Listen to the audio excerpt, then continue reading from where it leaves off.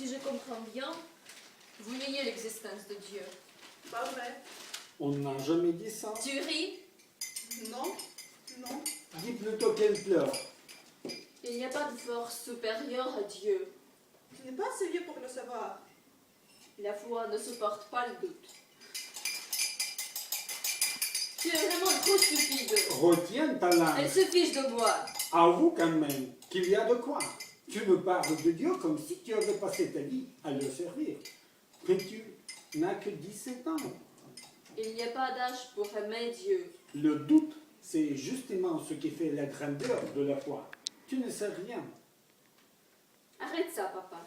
Dieu n'est pas responsable de la sauvagerie des hommes.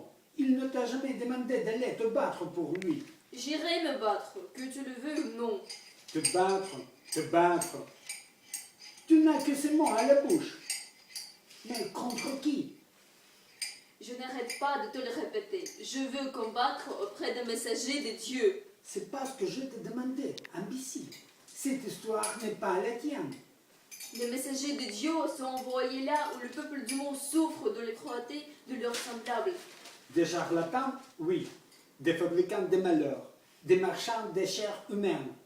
Tu t'entends parler? Il a perdu la tête.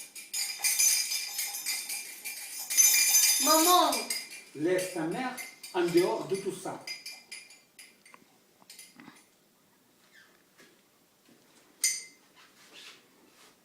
Je pars demain. Mon avion décolle à 7 heures. Dès ce mot que je vous le répète, mais vous refusez d'entendre. Mais avec quel argent? Tu n'as rien. Tout est pris en charge. On va t'arrêter à la douane. Tu te rejoins pour faire la guerre. Penses-tu? Ils sont sans scrupules. Il va servir de chair à canon. C'est pour ça qu'il les recrute. Jean et con. Tu reviendras les pieds devant.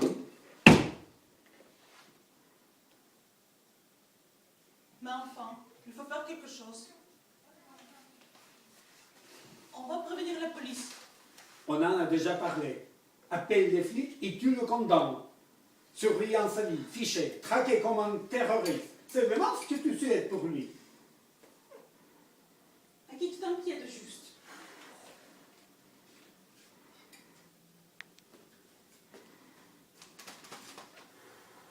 Pardon. Je ne voulais pas.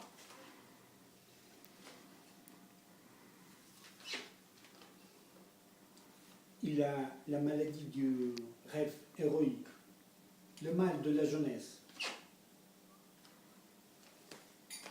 De toute façon, les chiens ne font pas des chats. Il reviendra, je te dis.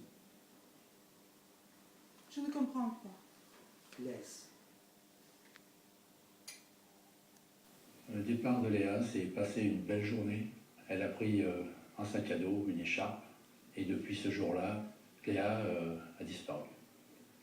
On n'a rien vu, on n'a rien compris. C'est elle qui nous a appelés, qui nous a dit « Papa, maman, je vais vous faire du mal ». Et je suis parti en Syrie pour faire le djihad. Et là, vous avez toute la terre qui vous tombe dessus.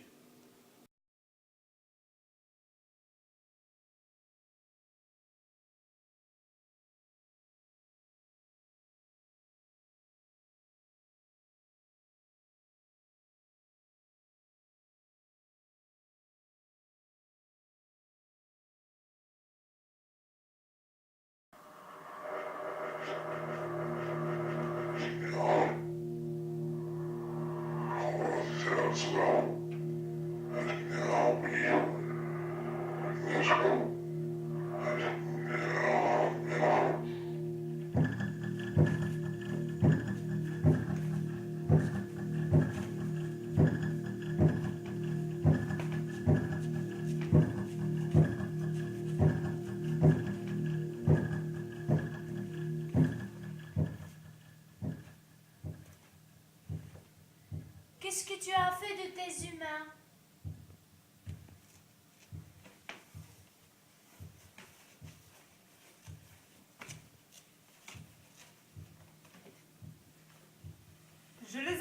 rangé, toi?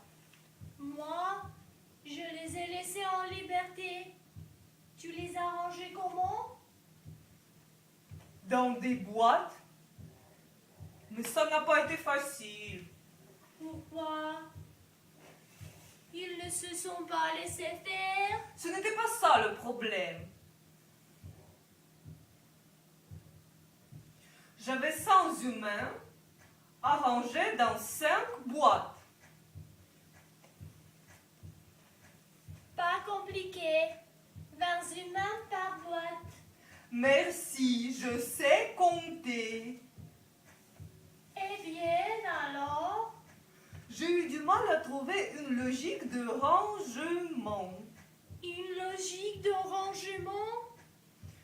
Tout d'abord, j'ai commencé à les ranger par sexe. Les humains mâles d'un côté, les humains femelles de l'autre. C'est sûr qu'avec un nombre impair de boîtes, tu es vite tombé sur un os. C'est sûr. Ce n'était pas si compliqué. Il suffisait de mettre 10 humains et 10 humaines dans chaque boîte. Non, en toute chose, il faut de la méthode. C'est ainsi que l'on parvient le mieux à la perfection.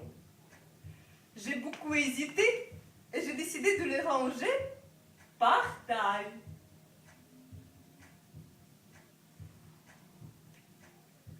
C'était assez harmonieux, mais en fait, ça n'allait pas. Oh, Non, ça n'allait pas. Comme ils ne sont pas tous de la même couleur, il y avait toujours un groupe de couleurs pour vouloir dominer les autres. quelle couleur? Ça dépendait des boîtes. Ici les noirs, ailleurs les jaunes, ou même les rouges, les marrons. C'était fatigant. Alors, tu les as rangés par couleur.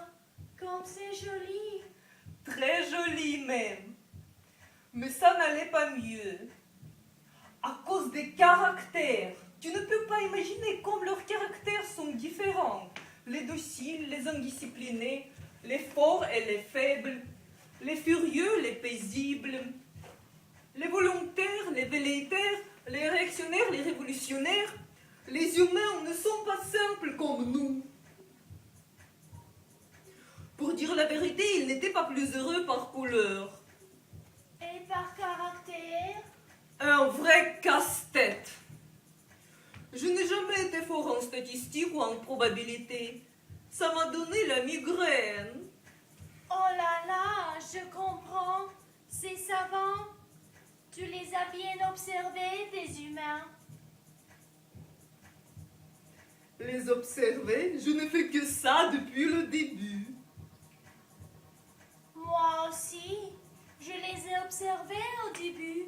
Ils étaient drôles, tout perdus. Ils s'aggloméraient par petits groupes.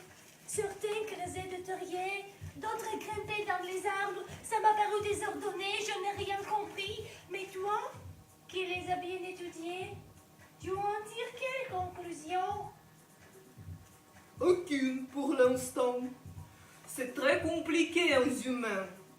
Je me demande si tu n'as pas eu raison de laisser les tiens en liberté. C'est certain. Ils vivaient bien sans nous avant. Je me suis dit qu'il n'y avait pas de raison pour qu'ils ne sachent pas se débrouiller tout seuls. En t'écoutant, je vois que j'ai bien fait. Pas de travail, pas de migraine. Sans doute. Mais maintenant, quand j'ai commencé à les ranger, je ne vais pas m'arrêter. À force de les regarder, je me suis attachée à eux. Si je les relâche, ils vont m'échapper. Et moi, ça me plaît.